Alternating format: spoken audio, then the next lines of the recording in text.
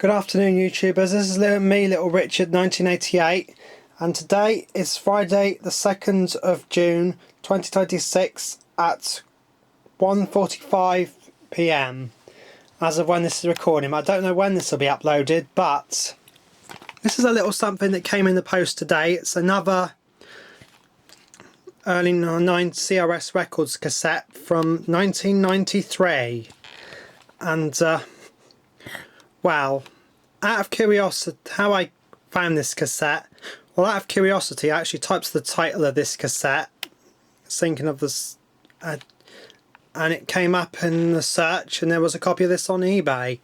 So yes, and you just wait a minute, see if I find my. Okay, so oh, I don't know if it's in this one as well. Well, actually, yeah. So, oh, that's another story. I'll talk about those another time. But here we go.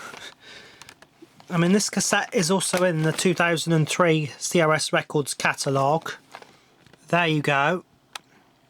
And there it is. So that's another traditional CRS Records cassette in my collection. So as of now, I have nearly all of these cassettes, apart from those three which are the Classic Collection ones that were released in 2001. Although I do have the Classic Collection CDs which are based off of those cassettes. I don't yet have Sing a Lullaby. I've got all three of those cassettes. And I believe I have at least one copy of all of these. I even have that one, and Applehead, I've got that one. So yes. Yep. So yeah. I think the only one on that page I do not have any copies of is Sing a Lullaby, but although the Sleepy Time Soother's Playhouse cassette is based off of Sing a Lullaby, but now, yes, now by 2006 CRS Records had run out of copies of that cassette, so it's not in the 2006 catalogue. But hey, let's have a look. So yes, Adrift, the true story of the sinking Sithonia. I hope I pronounced that correctly. And it's actually Brian Clarke. He actually is the narration of this, and he was actually one of the people that survived. So this is basically an account of Brian Clarke's life when he was working on that boat. So yeah. Now this is what the cassette looks like. Surprisingly, it's a clear plastic cassette. I only just noticed, but it's actually got screws in it. And the cassette did actually have tabs in it, but just before filming this, I decided to take out the tabs and discard them so that I couldn't accidentally record over this. I hope it hasn't been wiped. I'm assuming that the original sound recording's still on here. I'd be pretty disappointed if they did, but yeah, I do plan to digitise this cassette. Even though it's from 1993, it's got that dotted CRS Records logo, so maybe they were still using that logo until the mid-90s on the cassettes. Can be a bit hard. So anyway, it's got a label on it, and yes, it's actually so this was actually the first cassette released in 1993 because it's got 9301, and I think the party cassette, which I also have, is 938. So yes, this is the other thing. CRS Records didn't just produce children's audio, because as I've mentioned before, CRS stands for Custom Recorded Sounds. So even though children's audio was kind of their main niche, they did also produce a few audio books between the years of 1986 to probably about the mid-90s. I may have even, I don't know. But anyway, so yes, I expect this is one of several audio books that was released in 1993. So yes, this is a basic gist of what this is about. So yes, it even says here about Brian Cant. He was 19 years old. Brian Clarke. I just said Brian Cant. Well, the show must go on. I mean Brian Clarke.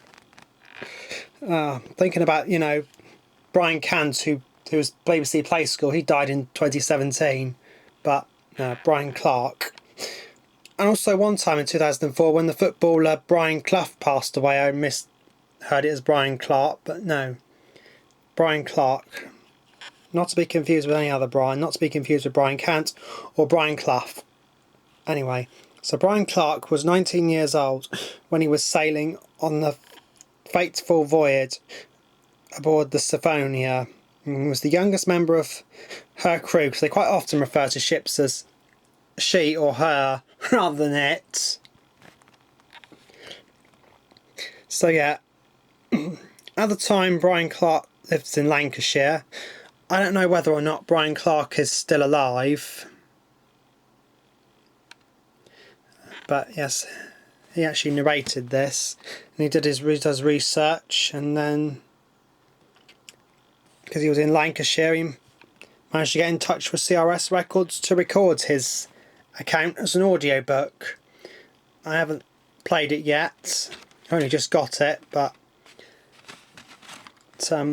yeah, I will digitise that. I've also got the Canterville Ghost, which, although it's not an original duplication, still the same recording. I got that off the website. I mean, if I had bought this cassette off the CRS Records website, it probably wouldn't have been this type of cassette. It probably would have been, well, I think you would have, yes, you would have got like a solid shell clear plastic cassette, which didn't have any tabs in it, and it would have probably just had the modern CRS Records there, and below it would have said PNC 1993, or maybe even had like a later date or something, and then you probably have like the side there, and then the all rights reserved and the title. So yes, the modern text layout on the cassettes is slightly different, but with the late 90s, early 2000s, you still had the logo in the top left corner, but instead of having like the copyright text there, it was under the CRS logo.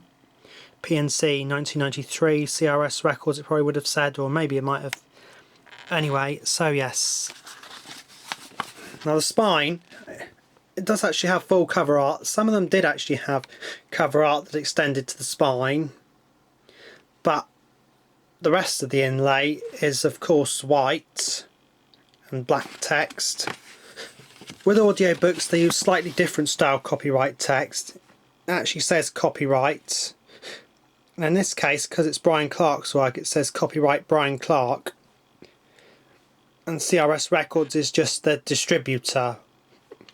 He actually went to Michael Ratcliffe's bungalow and recorded his narration. Obviously Michael Ratcliffe no longer lives at that address because he moved sometime in the late 90s after CRS Records moved to a different location.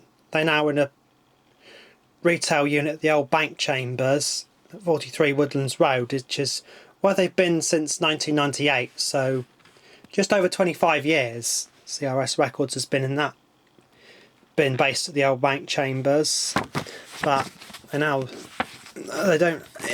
Yes, yeah. So yes. Anyway, and you've got the barcode. I don't know whether or not any of the other children's audio products might have had a clear plastic cassette, but I wouldn't totally rule it out.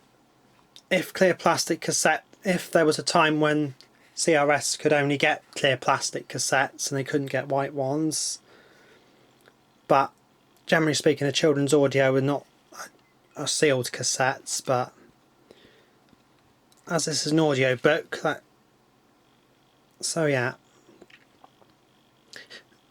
Anyway, so yes, I was also wrong. I think anyway, so yes, in about 10 minutes I'm going to stop this video, and that'll just about wrap it up. So I'll leave it there. Bye for now.